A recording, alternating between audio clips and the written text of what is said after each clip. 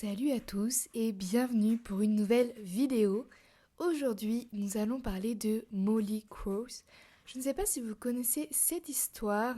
C'est tiré d'un film d'une femme alcoolique qui va emménager avec sa petite fille dans un village de campagne anglaise et que, face à l'hospitalité ambiante, la fillette répondra violemment, aidée par l'esprit d'une sorcière torturée et assassinée dans la région des siècles auparavant. Molly Cross est inspirée d'une histoire vraie qui flirte avec la légende, celle de Molly Lane. Je vous propose donc aujourd'hui de découvrir la triste légende de Molly Lane.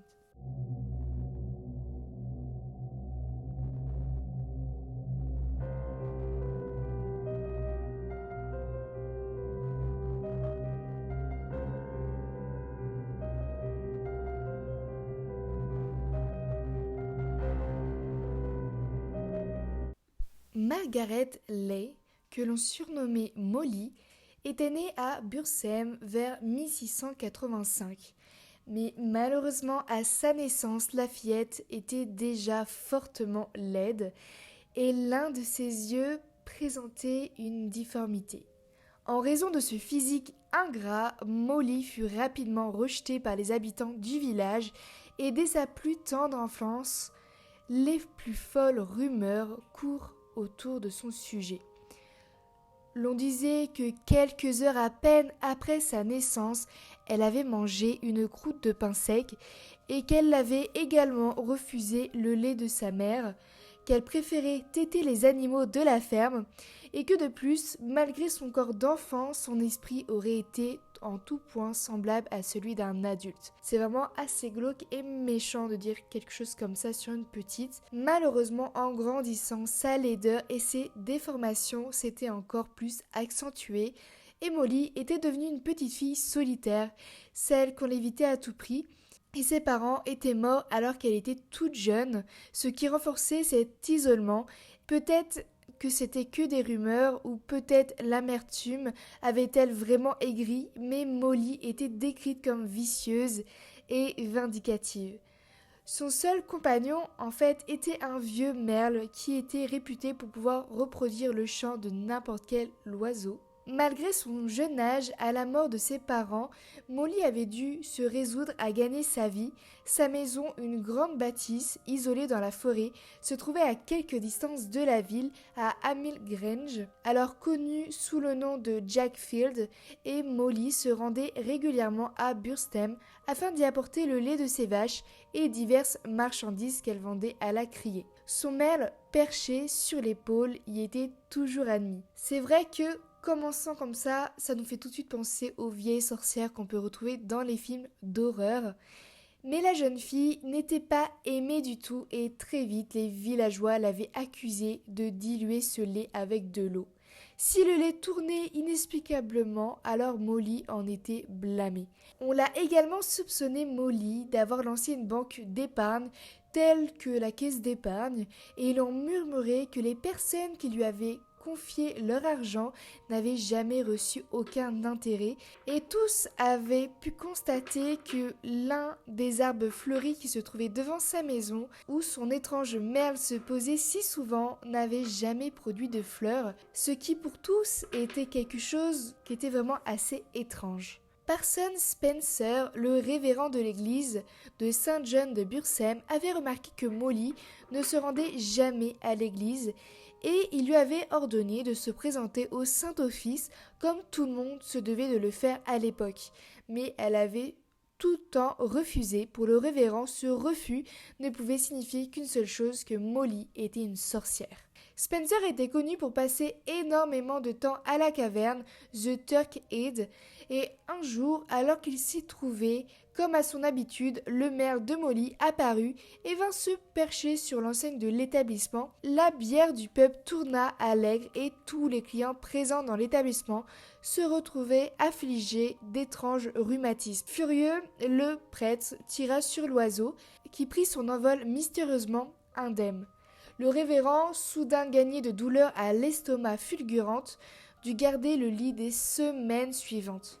Molly meurt en 1748 et alors le révérend Spencer qui l'a mis en terre dans le petit cimetière de Saint John. Si la présumée sorcière était bien morte, les habitants de Burslem ne se sentaient pas rassurés pour autant et une fois encore les rumeurs sur les méfaits de Molly se répandent dans la ville. Selon eux, si le corps de Molly reposait maintenant dans sa tombe, son esprit semblait encore hanter les lieux et les agissements malfaisants de son merle semblaient leur en donner la preuve. En effet, l'oiseau chantait dès l'aurore, réveillant les villageois qui dormaient paisiblement. Est-ce pour piller la maison de la défunte ou pour chasser l'oiseau qui ne supportait plus? Personne ne savait vraiment pourquoi ces quelques villageois étaient allés visiter le petit cottage de Molly cette nuit-là. Mais quoi qu'il en fût, après avoir bu quelques verres, ils s'étaient tous rendus chez elle. Et là, ce qu'ils avaient vu les avait épouvantés. Molly se tenait assise dans un fauteuil à bascule devant le feu et elle tricotait. Son merle était perché sur son épaule et tout en se balançant, elle murmurait « Poids et mesure, je n'avais jamais vendu.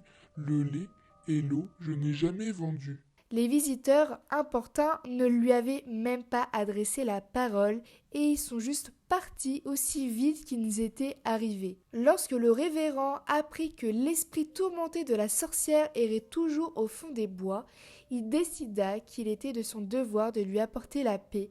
Alors en fait, une nuit du mois d'avril à minuit exactement, il se rendit jusqu'au petit cimetière en compagnie de quelques prêtres et du merle de Molly qu'il avait capturé et mis dans un sac. Il a sorti le cercueil de Molly de sa tombe et il place son merle encore en vie à ses côtés.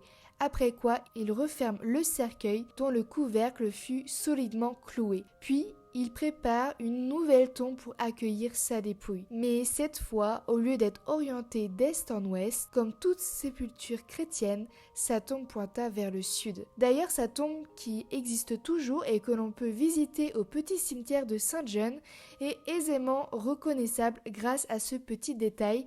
C'est la seule tombe qui n'est pas tournée vers le bon sens. Le pasteur fit ensuite une prière pour son âme, mais apparemment ce ne fut pas suffisant car sa tombe aurait été exorcisée 3 fois par 3 exorcistes différents car son esprit n'aurait jamais trouvé le repos. La légende affirme que 2 des exorcistes périrent lors de cette tentative. Toutefois, certains pensent que toute cette histoire d'esprit n'était qu'un prétexte et que le révérend et son compagnon désirent mettre la main sur d'éventuelles fortunes de Molly qui croit peut-être ensevelie avec elle. À la suite de récentes fouilles, une copie du testament de Molly, la prétendue sorcière de Burslem, a été retrouvée. La copie comprend les détails de sa propriété de Burslem, léguée à sa famille et son désir d'une partie de l'argent de sa succession soit utilisé chaque année pour acheter 40 pains de demi-penny pour les pauvres habitants et veuves des hameaux Sneyd et Burslem. Molly est devenue une légende depuis bien des années. Aujourd'hui encore, l'on raconte que si des enfants font 3 fois le tour de sa tombe en chantant « Molly Lay, tu ne peux pas m'attraper. » ou alors Molly Lay, chasse-moi autour de l'arbre à pommes. ou encore Molly Lay, chasse-moi par tous les trous que je peux voir. alors Molly apparaît, mais l'histoire ne dit pas ce qui se passe ensuite. C'est ainsi que cette tragique histoire vraie se finit. Je veux savoir ce que vous en pensez de cette petite histoire. Moi, très clairement, je pense que Molly était juste une femme qui était malheureusement handicapée. Et voilà, comme toujours, il y a des critiques et des personnes pas du tout bienveillantes qui vont insulter et lancer des rumeurs sur ces personnes-là. Et comme on peut voir dans son testament qu'elle voulait aider les pauvres même après sa mort, et que toute sa fortune serait pour ça, franchement, on peut pas dire que c'était une mauvaise personne, en tout cas du peu qu'on peut avoir grâce à cette histoire. Après, tous les autres faits vraiment incroyables qui se sont passés quand le lait tourne ou quand les bières tournent, après il y a forcément une question par rapport à ça. Peut-être que c'était une sorcière. En tout cas, moi, j'y crois pas réellement que c'était une sorcière, mais plutôt une personne qui a été harcelée toute sa vie, car elle était difforme, tout simplement.